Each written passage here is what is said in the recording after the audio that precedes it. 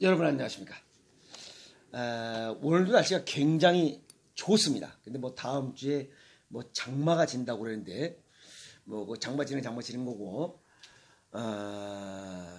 여름철 건강 관리가 굉장히 어렵습니다. 그래서 하서장리법이라 해서 여름철 건강 관리가 굉장히 어려우니 여름철 건강을 잘 관리하라 이렇게 하는 얘기가 동의보감에도 나옵니다. 어제도 밤 거의 한 11시 됐죠. 뭐 신문에 원고를 쓰고 있는데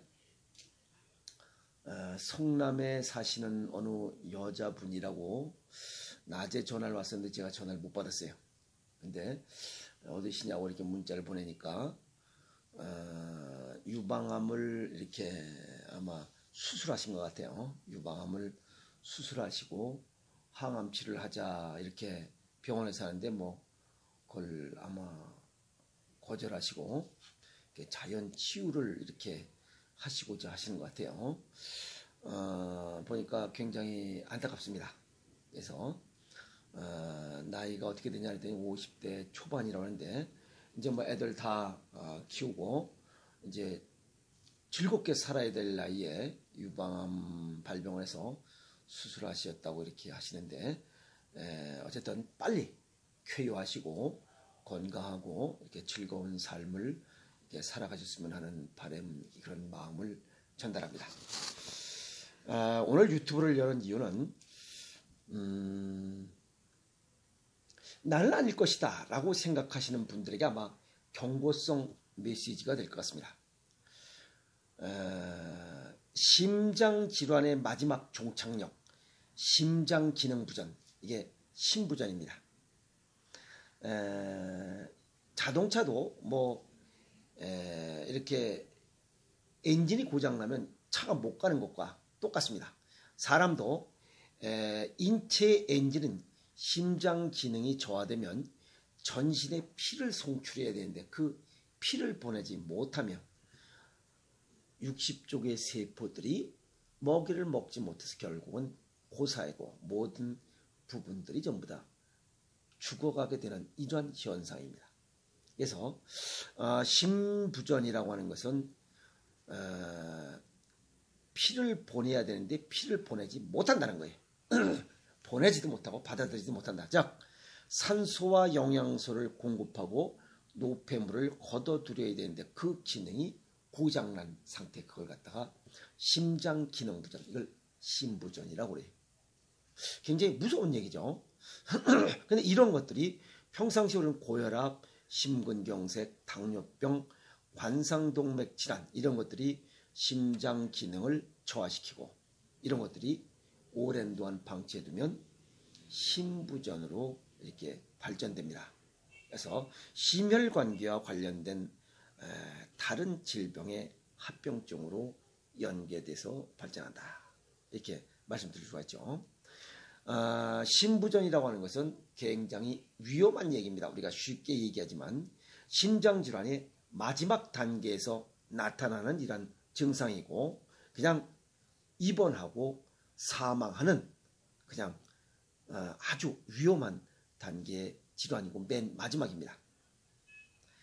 58세 어느 여인의 경우를 보면 고혈압과 부정맥이 있는데 그냥 뭐 불면증도 있고 평상시에 그냥 두통도 좀 있고 또 기침도 나고 가슴이 두근두근 거리는 증상도 있고 뭐 잠도 좀 지적거리고 이런 것들이 그냥 갱년기 증상인 줄 알았어요. 근데 그냥 내버려 둔 거예요. 뭐 나이 먹어서 그렇겠지 하고 만성적으로 그냥 방치해버린 거예요. 그러다가 이제 걷기가 힘든 거예요. 그래서 병원에 가보니까 이제 심부전으로 진단을 받은 거죠. 아주 불행한 사례입니다. 그리고 심부전이 진단이 되면 심장 기능만 저하되는 것이 아니고 신장, 뇌, 간 기능이 역시 같이 저하됩니다. 그게 무서운 거죠. 그래서 이 여인 같은 경우는 심장이 펌프질하지 못해서 장기로, 이 장기뿐만 아니에요. 장기, 그다음에 몸 곳곳으로 피를 보내야 되는데 피를 보내지 못해요. 그래서 폐와 배에 물이 차고 팔다리가 붓는 증상이 나타난 이런 사례라고 이렇게 볼 수가 있습니다.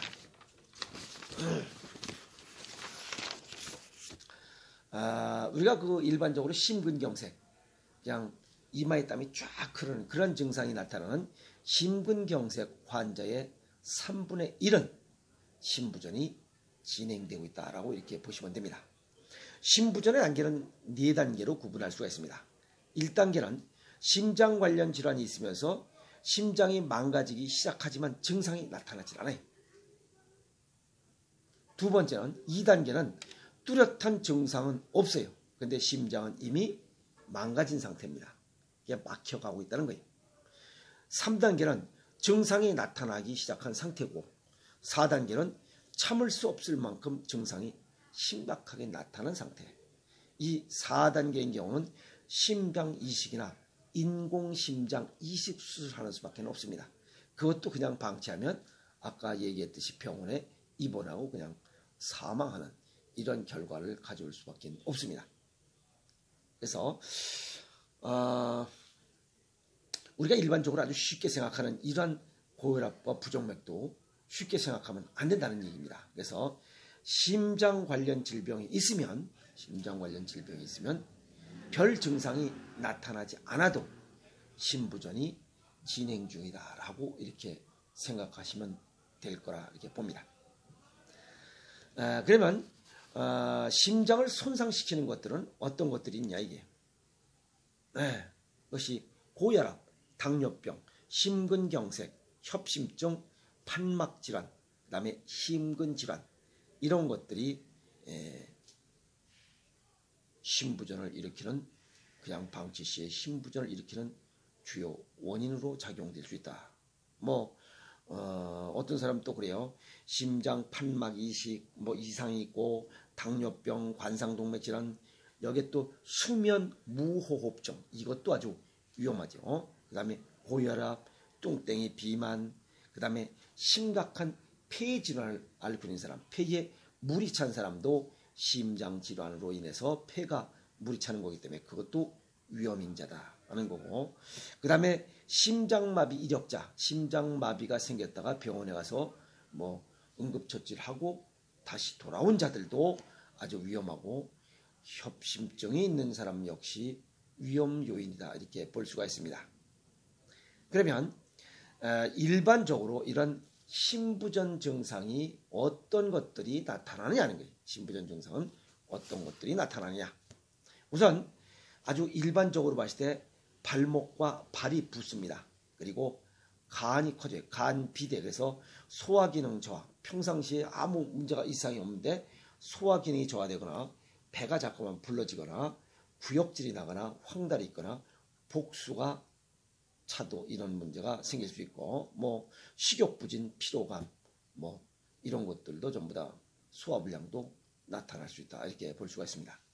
두 번째는 빈맥입니다. 갑자기 이 맥상이 90회에서 100회 이상 정도 팡팡팡팡 뛰는 경우, 이런 경우는 심장 근육이 약해지면서 심박출량이 감소하기 때문에 이것을 보상하기 위해서 교감신경이 이렇게 활성화되어 심장을 빨리 뛰게 하는 이런 증상이 나타나서 빈맥이 나타납니다. 세 번째는 발한, 땀이 납니다. 이것도 심장을 더 강하게 하기 위해서 우리 뇌는 교감신경을 자극해서 활성화하게 이렇게 빨리 뛰게 합니다. 이때 땀이 납니다. 특히 이 심근경색, 심장마비가 올 때는 이마에서 땀이 쫙 흐릅니다. 식은땀이. 그러면 어김없이 그건 심장마비입니다. 그 다음에 네 번째는 호흡곤란입니다. 휴식이나 야간에 호흡곤란이 발생할 수가 있습니다. 이것은 좌측 심장이 폐에서 들어오는 피를 모두 박출할 수가 없어서 폐에 피가 고이게 되고, 이거 역시 이 결과 폐 부종이 생기는, 그래서 우렬성 심부전증이 발생하는 원인으로 작용될 수 있습니다. 그래서 일반적으로 이렇게 얘기는 네 가지 플러스 소화불량, 피로감, 식욕부진이 갑자기 겹친다면 이것은 심부전 증상이다 이렇게 보시면 됩니다. 그래서 고혈압이 있으면서 심부전이 있는 이런 분들이나 고혈압이 있으면서 당뇨병이 있거나 고혈압이 있으면서 관상동맥 질환이 있거나 고혈압이 있으면서 수면 무호흡증이 있거나 이런 것들 하나 플러스가 이렇게 겹쳐 있는 분들은 특히 더 주의를 요하는 이런 병들이 바로 신부전입니다. 그래서 신부전은 서양의학적으로는 완치는 없습니다. 그래서 무서운 질환이기도 하고 예방이 최선이다. 이렇게 말씀드릴 수 있는 아주 무서운 질환이라 할 수가 있습니다. 동양의학적으로 보면 심장질환은 심장기능 저하, 즉 면역력이 떨어져도 이런 심장기능이 병행해서 발생할 수가 있습니다. 이런 원인은 이 바깥에서 지금 사 먹고 있는 이 꽃소금, 맛소금, 정제염을 많이 먹었을 때 심장기능이 저하되면서 심혈관 질환이 발생할 수 있습니다. 여기서 짠맛을 과식해서 나타난 이렇게 말씀을 드리면 야 그럼 천일염도 그런 거 아니야 라고 오해하실까봐 정제염이라고 분명히 못을 박습니다. 정제염은 pH가 6.29입니다. 그래서 우리는 7.35에서 7.45의 약 알칼리성을 띄어야 되는데 이 천일염이나 죽염 같은 경우는 심혈관 질환이 나타나지 않습니다. 정제염인 경우만 심혈관 질환이 나타나서 맨 마지막에 신부전이 발생할 수 있는 그런 원인으로 작용한다. 이렇게 분명히 말씀을 드립니다. 그 다음에 스트레스 과다 누적입니다. 화를 너무 오랫동안 내서 혈관이 좁아지면서 혈액순환 장애로 이런 신부전이 발생할 수 있고 또 혈전 과다 누적. 그것은 약물을 너무 과용하고 있거나 과식하거나 음식과 식생활, 생활습관을 잘못 가져서 몸 안에 혈전이 과다 누적됐을 때 혈액순환 장애가 발생하면서 이런 심혈관 질환이 발생하고 오랜 시간 만성적으로 방치 시에 마지막엔 신부전이 발생한다. 이렇게 볼 수 있습니다. 그 초기가 고혈압과 신부전 또 고혈압과 협심증 아주 누구나 다 웬만한 사람 다 갖고 있는 분도 그래요. 낮에 그 부산에 계신 분이 또 그런 질문을 하셨어요. 부산에 계신 분이 신랑분이 고혈압과 협심증이 있으신데 3년 전에 스텐트를 심었는데 지금 그냥 말도 안 듣고 그런다고 해서 무섭다고 이렇게 전화하신 분도 있어요. 그런 분도 머뭇거리고 그러지 마세요. 그냥 자기 자신의 건강을 위해서는 그냥 과감하게 투자하시는 게 좋습니다. 예방 및 치유 어떻게 하느냐? 여유 있게 마음의 스트레스를 풀어야 됩니다. 그리고 쓴맛을 자주 먹어야 됩니다. 그래서 혈관 기능을 혈액과 혈관 기능 막힌 곳을 소통케 하는 이런 쓴맛을 자주 먹는 게 좋고 그 다음에 신맛을 먹어서 간 기능을 보강해서 이 혈관 수축과 이완 기능을 보강해서 경화 현상을 막아야 됩니다. 그리고 천일염으로 만든 죽염이나 천일염으로 만든 짠맛의 음식을 먹어서 맑은 피를 생산하고 혈액순환을 원활하게 하는 이런 방법을 쓰는 것이 좋습니다. 그리고 혈전 제거는 부항사혈을 하거나 또 헌혈을 자주 해도 이런 부항사혈의 효과를 얻을 수가 있습니다. 그리고 맨발로 걸어라. 그래서 오장육부뿐만 아니라 전신에 이런 상관관계가 있는 이런 조직들을 활성화시켜서 우리 몸을 면역력을 높이고 정상 체온을 유지하고 오장육부와 서로 상호 돕고 도와서 혈액순환이 원활하게 이루어질수록 할 때 이 신부전을 예방하고 치유할 수 있습니다. 단일 약으로 예방하고 치유하는 것은 어렵습니다. 그리고 이런 고혈압과 신부전 또 고혈압과 협심증 우습게 보지 마세요. 나는 아닐 것이다. 천만의 말씀입니다.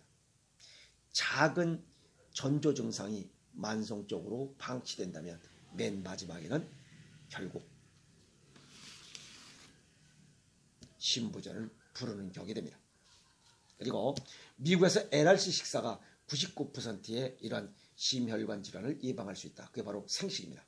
그래서 피를 맑게 하고 혈전을 최소화하면서 이런 모든 오장육부의 조화 균형을 이루도록 하는 이런 1:1 맞춤식 생식을 먹어서 몸을 이렇게 활성화시키는 이런 것이 아주 신부전을 예방하는 여러 가지 방법 중에 가장 으뜸이 아닐까 이렇게 말씀을 드립니다. 그래서 생식과 함께 부항사혈 그 다음에 여기 스트레스 과다 누적을 예방하고 하는 것들을 병행해서 복합적으로 처방할 때 신부전을 예방하고 치유할 수 있으리라 이렇게 정리 말씀을 해드립니다. 머뭇거리지 마세요. 난 아닐 것이다. 천만의 말씀입니다. 아시겠습니까? 오늘 굉장히 위험한 얘기 나눠드렸습니다. 오늘 여기까지 하겠습니다.